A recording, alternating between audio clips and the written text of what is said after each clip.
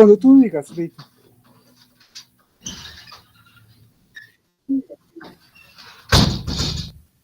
Bien, ¿se me escucha? Sí. Bien. A todos los colegas, muy buenas noches.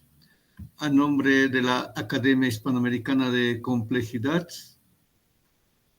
a nombre de la Universidad de La Salle de Arequipa, a nombre del posgrado de la Escuela Militar de Ingeniería de Cochabamba y a nombre también de todos los amigos y colegas, damos la bienvenida a nuestro amigo, compañero y hermano de caminada, Carlos Eduardo Maldonado.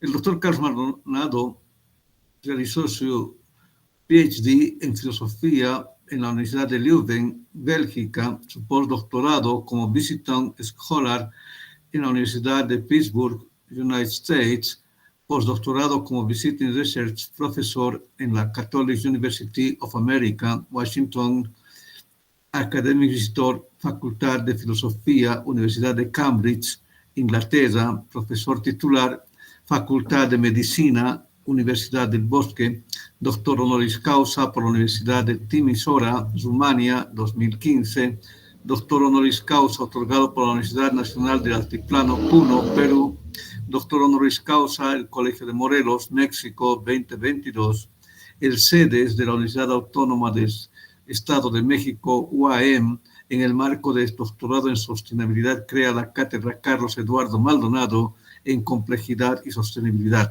El Colegio de Morelos, México, decide que el Centro de Investigaciones y Academia de Complejidad lleve el nombre de Carlos Eduardo Maldonado 2020. El Colegio de Morelos crea la Cátedra de Complejidad Carlos Eduardo Maldonado 2021. La red ZEDALC, con base en la Universidad de Atacama, Chile, crea la Cátedra de Complejidad con enfoque en problemas Carlos Eduardo Maldonado 2023. Ha sido reconocido con la distinción al mérito por la Universidad Nacional Mayor de San Marcos, Lima, Perú, por sus contribuciones a la filosofía y a la complejidad.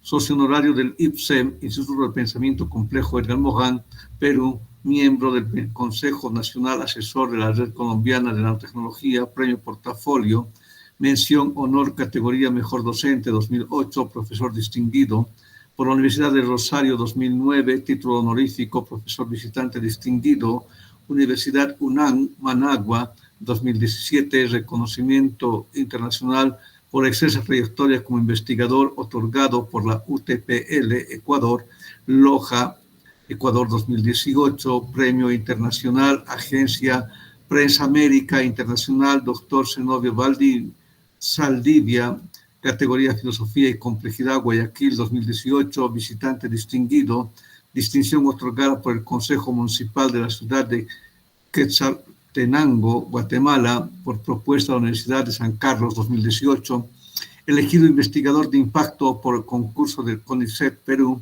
para visitar como investigador la Universidad Nacional de San Agustín de Arequipa, Perú 2019, como reconocimiento por la reconocida trayectoria de investigación a nivel internacional, elegido investigador de impacto por el concurso del CONICET Perú, reconocimiento especial por sus contribuciones a la educación desde la filosofía de las ciencias de la complejidad UNAM Managua 2022, la comunidad del pensamiento complejo crea la biblioteca Carlos Maldonado, tributo al filósofo colombiano Carlos Eduardo Maldonado, y ahí tienen la cita, el 2020, reconocimiento a la trayectoria académica y valiosos aportes a la complejidad en América Latina, Universidad de San Carlos, Guatemala, 2024, certificado de reconocimiento de la Comisión Nacional de Educación de la República de Nicaragua, profesor investigador mérito complejidad 2024, otorgado por la Academia Hispanoamericana de Complejidad, investigador senior, MinCiencias 2014, senior member, IEE, índice H actual 40. Con el doctor Carlos Maldonado, la Academia Hispanoamericana de Complejidad, junto a las instituciones que apoyan este proceso, Universidad de La Salle y el posgrado Escuela Militar de Ingeniería, comenzamos unas reflexiones que se realizarán los terceros jueves de mes. Es la intención de este espacio a iniciativa del doctor Carlos Maldonado, el colega Glenn, y todo el equipo de la Academia Hispanoamericana de Complejidad tener momentos de reflexión. Estos momentos permitirán tener cada momento de actualidad y compartir de conocimientos entre los colegas de la Academia Hispanoamericana de Complejidad. Tengo a bien decir que también Carlos es de los fundadores de la Academia Hispanoamericana de Complejidad y por lo tanto es también del que toma esta gran iniciativa. Sin más preámbulo, Carlos, qué gusto tenerte con nosotros. La sala es tuya. Un gran abrazo. Richard, un abrazo grande. Bueno, sin mayores dilaciones para respetar el tiempo conseguido, acordado, un saludo especial para todos. Me propongo presentar una visión general de El Círculo de Viena. Es un capítulo fundamental, ya voy a decirlo, en la formación de cualquier persona que esté interesada en ciencia en general, incluida las ciencias de la complejidad. El siguiente, te ruego. Voy a hacer dos presentaciones. El día de hoy me voy a ocupar de los orígenes, el contexto, qué significa el Círculo de Viena. Para algunos de nosotros será un ejercicio de aprendizaje, para otros simplemente un recuerdo más fresco. Y dentro de un mes, muy interesante, vamos a ver las consecuencias o los alcances del Círculo de Viena. Y eso tiene una historia. El siguiente, te ruego. Esa historia tiene que ver con la primera sugerencia que te hago. Y es que yo me introduje en complejidad en el trabajo sobre el Círculo de Viena. El siguiente, Richard, te ruego. Cuando hice el primer postdoctorado, yo no sabía que iba a ser el primero, en el que es, incluso el día de hoy, el mejor centro o instituto de filosofía de la ciencia en el mundo, en la Universidad de Pittsburgh. Ahí ves una fotografía de esa, se llama la Catedral del Aprendizaje, The Cathedral of Learning. En la parte de derecha ves la forma de trabajo en el Centro de Filosofía de la Ciencia, absolutamente importante. Este fue mi primer postdoctorado en Filosofía de la Ciencia. Y como resultado de eso, siguiente te ruego, entre otras cosas, creamos la Revista Colombiana de Filosofía de la Ciencia. Hoy todavía está vigente. Y fuimos introduciéndonos por distintos caminos en la condición sin la cual nadie puede ocuparse en cualquier acepción, incluso en complejidad, de lo que sea la ciencia en general, los tipos de racionalidad científica, de investigación científica y demás. El siguiente, te ruego. El Círculo de Viena se inscribe en un marco apasionante. Esto es lo que vas a ver son alguna bibliografía que yo te sugeriría. Si no tienes nada mejor que hacer, que los consigas. Ignoro si están disponibles en la web, etc. Ese es de lejos el mejor trabajo que hay sobre el lugar del Círculo de Viena en el auge y la caída del imperio austrohúngaro. El imperio austrohúngaro sufre un colapso que va a ser estudiado en literatura por un libro absolutamente necesario que tú y yo conozcamos, que se llama El hombre sin atributos, de manera burlona. Robert Musil se refiere al ocaso de la casa de los Habsburgo, como Cacania, con K, y es una ambientación de toda la historia intelectual, social, de el último de los grandes imperios clásicos. No te voy a recordar que fue justamente en sus rincones como estalla la Primera Guerra Mundial y tal. El siguiente, te ruego el favor. El Círculo de Viena se inscribe en un abanico muy importante, que es el que ves a la izquierda, ¿no es cierto? Independientemente de si yo soy filósofo o no, si me interesa la filosofía técnica o no, hay un linaje, subrayo la palabra, hay un linaje muy importante de miembros que son incluso diversos entre sí, que arrancan en la modernidad. En primer lugar, el empirismo inglés. Nunca hay que olvidar que fue Hume, de acuerdo con Kant, en el prólogo a la primera edición de la Crítica de la Razón Pura, quien despierta a Kant, Hume despierta a Kant del sueño dogmático de la metafísica y da lugar a, no tengo tiempo de entrar, a esa obra fantástica que es el desarrollo de la crítica en los tres momentos de Kant. En el siglo XIX nace el utilitarismo con Bentham, con Mill, el neoutilitarismo posteriormente, alrededor también del siglo XIX, por otro camino, con Comte, nace el positivismo, que da lugar, y eso sí lo quiero subrayar, da lugar a las ciencias sociales y humanas. Las ciencias sociales y humanas son el resultado de un programa positivista en toda la línea de la palabra. El desarrollo del neopositivismo, entramos el círculo de Viena, cuya caracterización más puntual puede ser como la del empirismo lógico, y en tiempos mucho más recientes, hoy en día, el desarrollo del pragmatismo. Ese es un linaje. Los miembros de esta familia no son todos iguales ni equivalentes.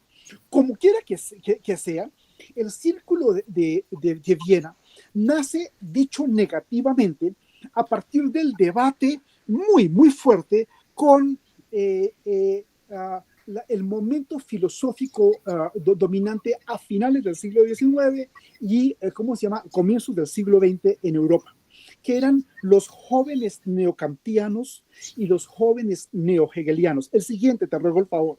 De lejos, el mejor trabajo en cualquier idioma, no, ignoro si está traducido al español, es el texto de Passmore, en donde recrea de manera muy bien elaborada el mundo de lo que acabo de decir, los jóvenes neokantianos y los jóvenes neohegelianos, que van a ser, dicho negativamente, el motivo por el cual va a nacer el Círculo de Viena. Y el Círculo de Viena entonces va a nacer como una crítica despiadada, muy bien elaborada, a dos cosas: la religión y la metafísica, y entonces a la metafísica de corte neokantiano y neohegeliano. No tengo tiempo de contarte quiénes eran, cuáles eran sus características. El siguiente, te ruego. Más bien, es muy importante desde el punto de vista positivo o afirmativo, no el anterior, ¿sí? Señalar desde el punto de vista afirmativo o positivo cuál es la contribución del Círculo de Viena. Y es desarrollar lo que genéricamente puede llamarse la concepción científica del mundo. Me guste o no me guste, eso es lo que está vigente allá afuera. En nosotros, en complejidad, tenemos una lectura mucho más amplia, la ventana de observación es inmensamente más rica que lo que aparece aquí. Pero el vocero de la verdad, el vocero del criterio de lo que sea lo real, etcétera, me guste o no me guste, hoy es el científico, el economista, el abogado, el matemático, el biólogo, el genetista, y así sucesivamente. Entonces, el Círculo de Viena nace con un esfuerzo por lograr una concepción científica del mundo, pero mucho mejor aún, y ahí sí quisiera demorarme un par de segundos, por desarrollar una ciencia unificada. No en el sentido reduccionista de la palabra. Esa es la obra de dos de los personajes que veremos posteriormente, Neurath y Carnap, ¿cierto? Desarrollar una concepción unificada de la ciencia en contraste con el universo atomizado de las filosofías. Unos somos schopenhauerianos, otros somos marxistas, otros somos kantianos, otros somos hegelianos, etc. La ciencia debe poder suministrar una visión integral. Si tú lo quieres, a mí no me gusta, eso es muy mala ciencia, holística. Eso es muy mala ciencia holística del mundo. En 1876, un autor que tú y yo no conocemos, que se llamaba William Whewell, acuña el concepto de científico.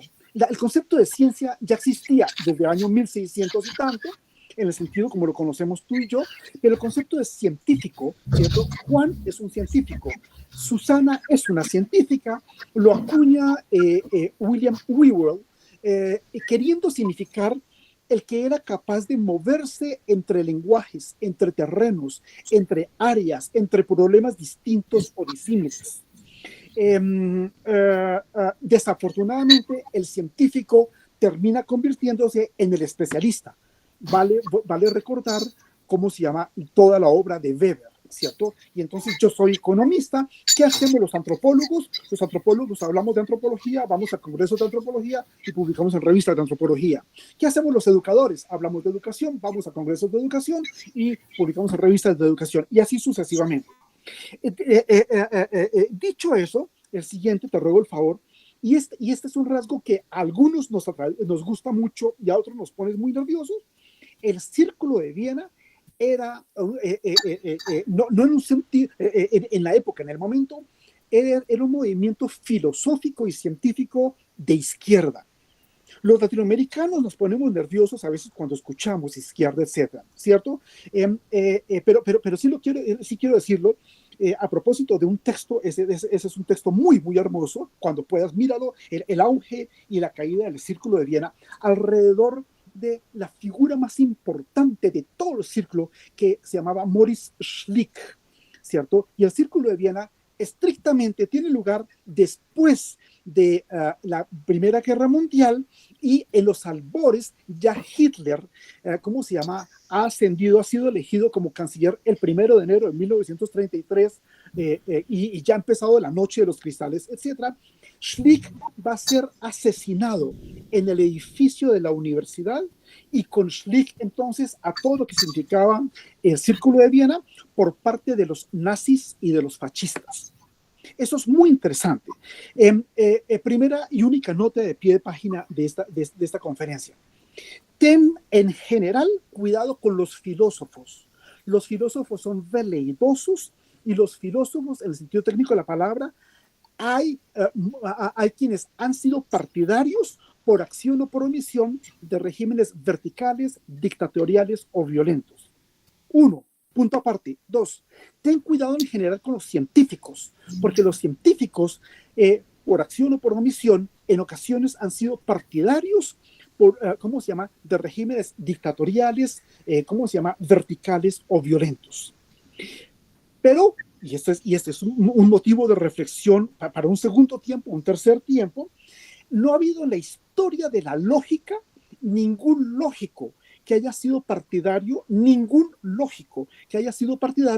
de regímenes verticales, violentos o dictatoriales, en cualquier acepción de la palabra, etc. Bueno, ese es el empirismo lógico fantástico del Círculo de Viena. Y entonces era ¿cómo se llama? Un movimiento, luego el siguiente, te ruego el favor, un movimiento verdaderamente apasionante, en el que confluyeron lógicos, filósofos, lingüistas, matemáticos, ¿cómo se llama?, biólogos y demás, absolutamente singular, que, dicho negativamente, y entonces lo que estoy señalando, y eso lo vamos a ver dentro de un mes, a propósito del debate sobre internalismo y externalismo, es la posición crítica, militantemente crítica a cualquiera, ojo, a cualquier régimen de tipo vertical, violento o dictatorial. Eso no lo pueden decir los filósofos en general, y eso no lo pueden decir los científicos en general. Es muy, muy, muy interesante. Entonces, esto tiene lugar en Viena, ¿cierto? Hay un libro que tú y yo no podemos no conocer, que se llama La Viena de Wittgenstein. Hay una edición reciente, esta es coincidencialmente la que yo tengo, en la que se recrea fantástico la figura más importante. De ella vamos a hablar hoy episódicamente, pero dentro de un mes le vamos a dar un mayor protagonismo, de todo el Círculo de Viena, que era Wittgenstein, que no tenía nada que ver directamente con el Círculo de Viena, pero del cual el Círculo de Viena se sentía, los personajes que te voy a mencionar dentro de un rato, absolutamente interpelados. Fantástico. Habría que recordar habría que conocer quién es Wittgenstein y cosas como esas. Y dicho eso, ¿cómo se llama? Dicho eso, de pasada, hay un textico que tú y yo no hemos leído, te lo recomendaría, sobre la Praga de Kafka, ¿cierto? La Praga de Kafka, que es contemporáneo exactamente con la Viena de Wittgenstein, el ocaso de la casa de los Habsburgo, con mucho respeto. El último representante de la casa de los Habsburgo es la corona española actual, etcétera. Y entonces se despliegan una serie de baterías, de herramientas, de conceptos muy, muy sugestivos que más directa o más indirectamente hasta el día de hoy, digamos, permean el trabajo de los que nos interesamos en ciencia en cualquier acepción de la palabra. El siguiente, te ruego. Entonces, vale la pena recordar, aquí el énfasis está en los dos, ¿cómo se llama? En las fechas particularmente. Al final del siglo XIX y comienzos del XX, te lo decía, la filosofía, la política, la cultura, la sociedad está marcada, ¿cómo se llama?, por los jóvenes kantianos y parcialmente por los jóvenes neo-hegelianos. Y son ellos los que a mí, yo que soy miembro del Círculo de Viena, ¿cierto?, más directo o indirecto, me ponen nervioso, porque eso no permite una concepción en cualquier acepción de la palabra, científica de la palabra, ¿cierto? No obstante, los desarrollos fantásticos con gente que deberíamos mencionar como Mach, por ejemplo, como Veranius, como el desarrollo de la termodinámica, el desarrollo de la matemática en Alemania, etcétera. Estos caballeros que ves al lado y lado no me permiten acercarme, entender ese tipo de cosas, porque, entre otras cosas, para ellos está todavía vigente la escisión entre filosofía de un lado y ciencia de otra parte. El siguiente, te ruego el favor. Hay un personaje, lo que voy a decir es fuerte, pero es verdadero, absolutamente mediocre en el Círculo de Viena y para el Círculo de Viena, y después para la historia de la filosofía, no obstante lo famoso y lo popular que sea, que es Popper.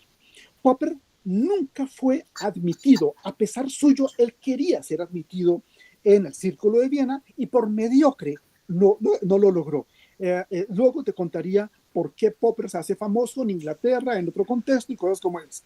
Pero lo que sí vale la pena recuperar de Popper, a propósito del Círculo de Viena, es un libro fundamental que tú y yo no hemos leído, que de la memoria me engaña, de 1933-35, que se llaman Los dos problemas fundamentales de la epistemología. Ahí está, del 30 a 33.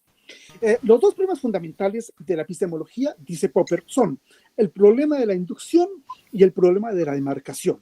El problema de la inducción nace con Hume, tú sabes, cuántos casos particulares son necesarios para llevar a cabo una generalización, cuántas generalizaciones de tipo 1 son necesarias para llevar a cabo una generalización de tipo 2, etcétera.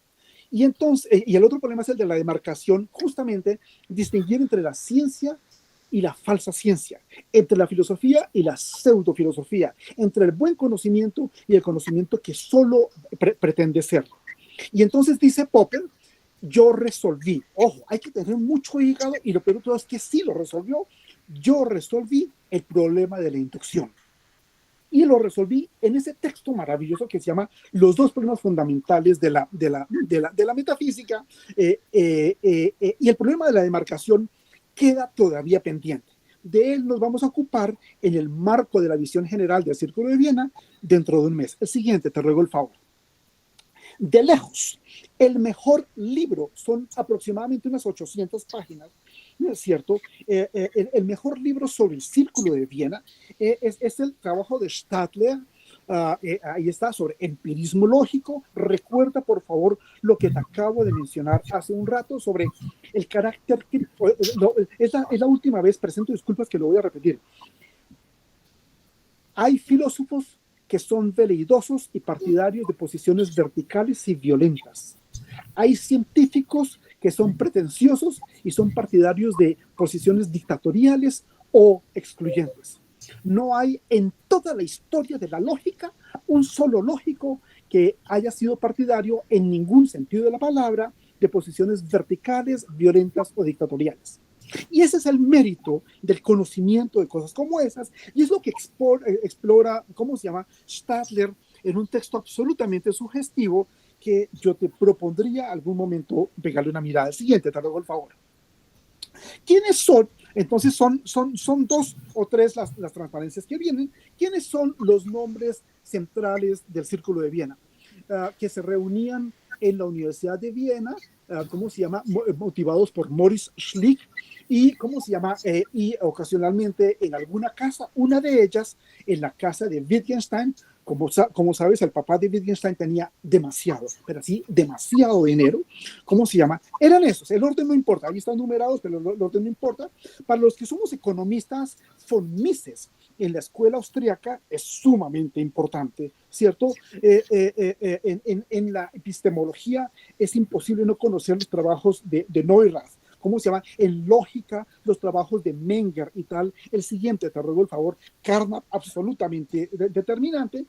Una aproximación un poco menos técnica, pero más incluyente, sería la que tú ves ahí. El orden no importa, ¿cierto? Maurice Schlick, ese que va a ser asesinado por un fanático fascista o nazista incipiente en los edificios de la universidad. En el trasfondo hay dos personajes muy importantes, incluso para nosotras o nosotros los complejólogos, como son Ernest Mach y Boltzmann, a propósito de la termodinámica. De la termodinámica. Popper aparece aquí, pero hay que recordarlo, la historia es una ciencia políticamente incorrecta. Popper, por mediocre, a pesar de que él solo lo solicitó, no fue, ¿cómo se llama?, admitido afuera, y estarían las figuras centrales. Y mira, uno de ellos, muy, muy importante, ¿cierto?, en tu cultura científica y la mía, Gödel. Gödel era un personaje callado, ¿cómo se llama?, con mucha escucha, con muy poca participación y cosas como esas. Y Gödel, en el contexto de la Viena de Wittgenstein, es cierto, ya estaba empezando a desarrollar esa obra colosal con la cual va a entrar literalmente a la historia. El siguiente, te ruego el favor. Esa es una visión un poco más importante. Hay algún nombre que no estaba antes. Quiero destacar puntualmente dos. Reichenbach, a quien ves al extremo, en la primera fila a la derecha, y el tercer nombre abajo, que es el de Tarski. Alrededor del Círculo de Viena, y para los que no sabemos de lógica, lo que voy a decir es absolutamente sorprendente, es alrededor de estos caballeros, notablemente con Tarski, cuando nace y termina de nacer la lógica, es decir, la lógica formal clásica, es decir, la lógica de predicados, o sea, la lógica proposicional, en otras palabras, la lógica de primer orden, y que se va a llamar lógica simbólica o lógica, ¿cómo se llama?, o lógica matemática. Y termina de nacer con la obra de Tarski. Cuando puedas, cuando no tengas nada mejor que hacer, pégale una mirada a la importancia de Carnap, que era uno de los mayores, a las contribuciones fundamentales de Tarski. Te lo voy a decir de pasada. La concepción según la cual la verdad es cierta en correspondencia con el mundo, eso es de Tarski. Comillas, la nieve es blanca, cierro comillas, sí y solamente sí, la nieve allá afuera es blanca. Esa es una idea de Tarski, muy importante. Y es gracias a esos caballeros que nace la lógica formal clásica. Sorpresa, y entonces, a partir de eso, gracias a eso, van a nacer las lógicas no clásicas, que es un capítulo que hemos venido trabajando nosotros en complejidad. Y siempre es fundamental mencionarlo, Gödel, etc. Félix Kaufmann, tú lo conocerás solo si eres abogado o abogada. Y en la formación, ¿cómo se llama?, de nosotros los abogados o las abogadas, la figura de Kaufmann es absolutamente señera. El siguiente, te ruego el favor. Entonces, el empirismo lógico, ahí estaba lo que te estaba diciendo. Ahí está exactamente lo que te estaba diciendo. El empirismo lógico pivota alrededor de la mejor herramienta que yo tengo para, me devuelvo a Popper, el segundo problema fundamental de la epistemología, y es el de distinguir ¿cómo se llama? La buena ciencia de la mala ciencia, la buena educación de la mala educación, la buena política de la mala política, etcétera. ¿Cómo se llama? Es el criterio de demarcación. Y la lógica, entonces, recuerda en el fondo, ¿cómo se llama? Bien, qué bonito Ludwig. se hace las amistades, ¿no? Ah, sí, o sea, las buenas amistades, como te digo, mucho Ludwig, hoy día, bueno, que pese a que ya Richard, estamos pues, distantes, pero puta, dices que Por favor, quien cero, tiene el micrófono abierto, tenga bien apagarlo. cero. sí, la lógica emerge como la Creo que mejor es una herramienta. conferencia que estoy Ludwig, por siguiendo. favor, te agradezco mucho. Creo que ay, no, sí, una vez igual estaba llevando inglés y estaba peleando con mi hermano y pues,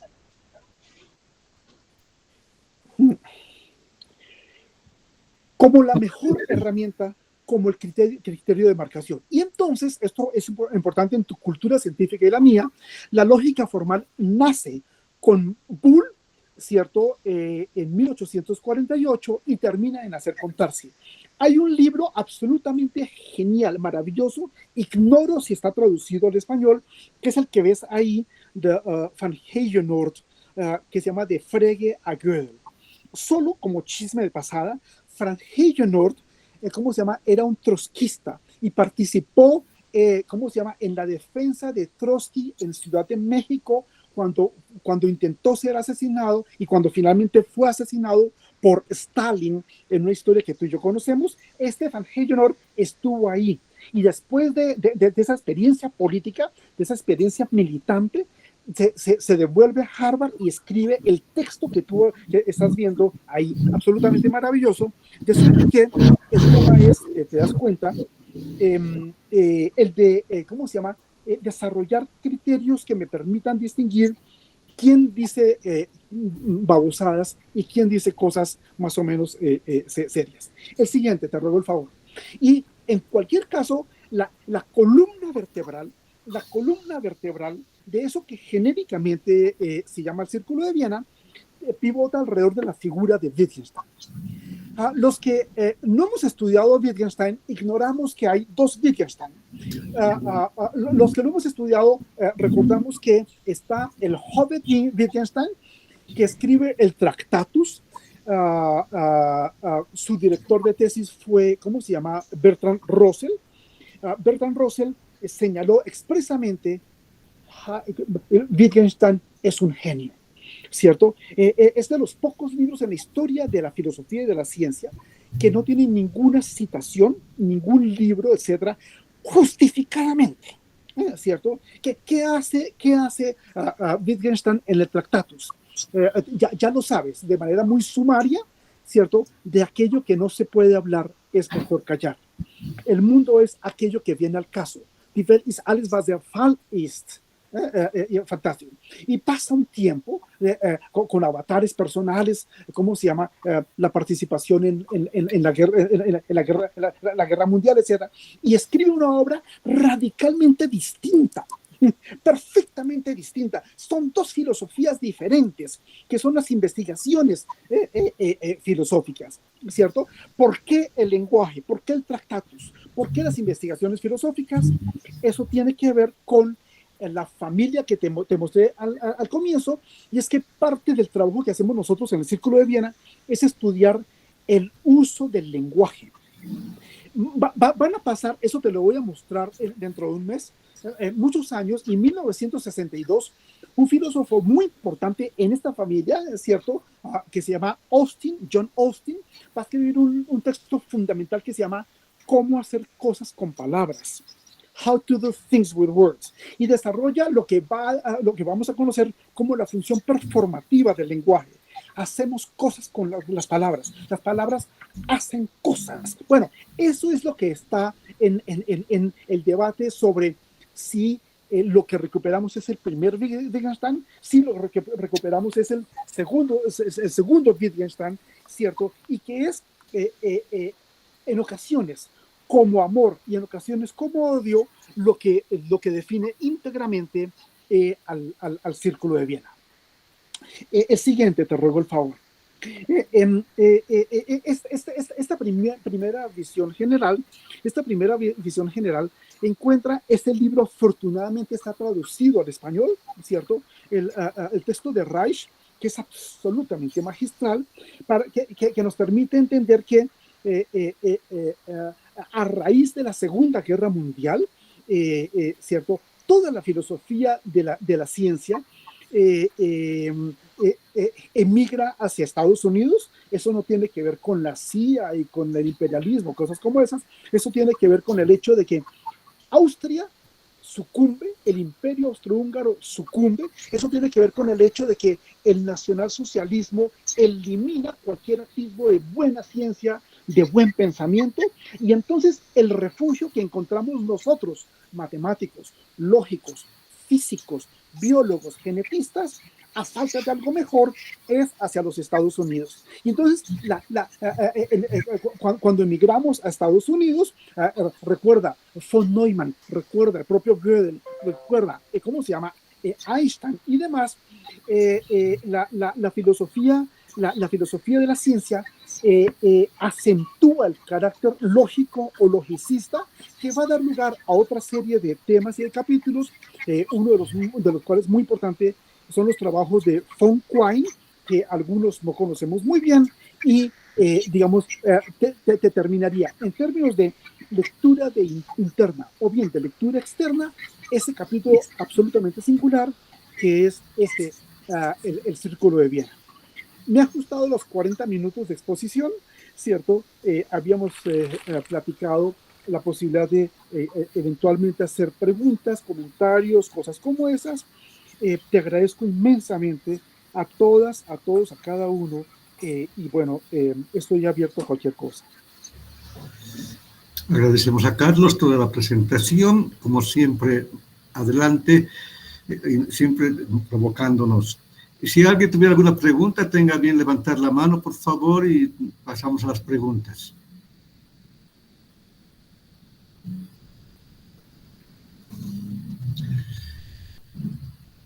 Carlos, siendo atrevido, yo comienzo. ¿Por qué la mala fama de la escuela del Círculo de Viena en América Latina? Bueno, yo exactamente no estaría muy seguro de la mala fama del Círculo de Viena, pero sí entendería el espíritu de la cosa, y es por ¿cómo se llama? Por el cuidado muy delicado de eso que se llama el criterio de demarcación, y lo que vamos a ver dentro de un mes, que son las relaciones entre internalismo y externalismo. De hecho, en América Latina, solamente en 2 países se conoce y se trabajó muy bien, ¿cómo se llama? El Círculo de Viena. En Argentina y en México, por razones perfectamente distintas, ¿cierto? Entonces,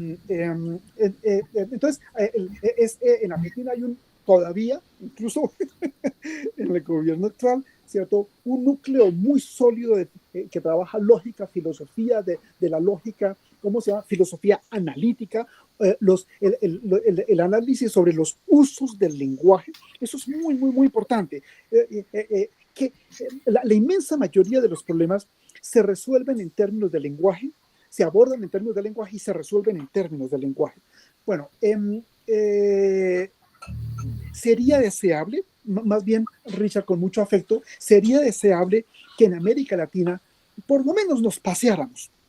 Si no nos quedamos a dormir esta noche en el Círculo de Viena, nos paseáramos por este capítulo, que es muy importante. ¿Por qué?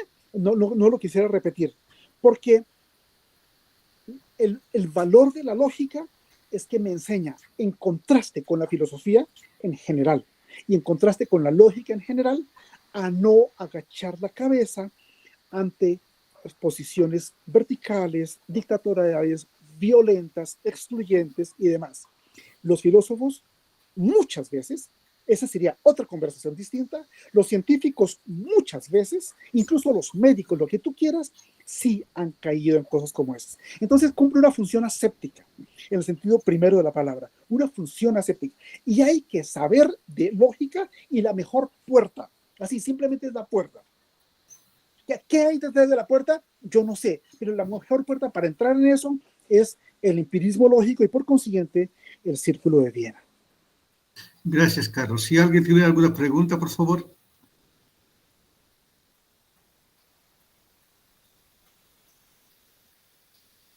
Creo que no hay nadie más, Carlos. Entonces, a nombre de la Academia Hispanoamericana de Complejidad, la Universidad de La Salle, el posgrado de Cochabamba de la Escuela Militar de Ingeniería y la iniciativa de Carlos del encuentro que tuvimos en Arequipa, llevaremos adelante estas conversaciones, estas pequeñas conferencias una vez al mes. Se les invita a que lo tengan en su agenda el tercer jueves del mes. El próximo mes ya les informaremos con qué tema estaremos para poder ir avanzando. Quedan todos invitados y Carlos, amigo y compañero de camino, muchísimas gracias. Ha sido un placer como siempre. Y a todos los... Lynn dice, ya estamos terminando, amigo Torres. A nombre de todos, bueno, a seguir con estos nuevos desafíos que la Academia nos inspira. Muchísimas gracias a todos, un gran abrazo y que tengan un muy buen descanso. En Bolivia y en América Latina, inicio del Año Nuevo Andino, es decir, comenzamos a descubrir el valor de lo pequeño. Gran abrazo, muy buenas noches. Ay, Carla levantó la mano, un cachito, Carlos, por favor. Carla, no, me equivoqué, doctor, perdón. Vaya. Listo, muy buenas noches a todos, que descanse, abrazo, saludos de aquí, ya sabes, Carlos, un gran abrazo te manda. Buenas noches, un abrazo. Buenas noches, muchas gracias. Buenas noches, gracias. Gracias, buenas noches.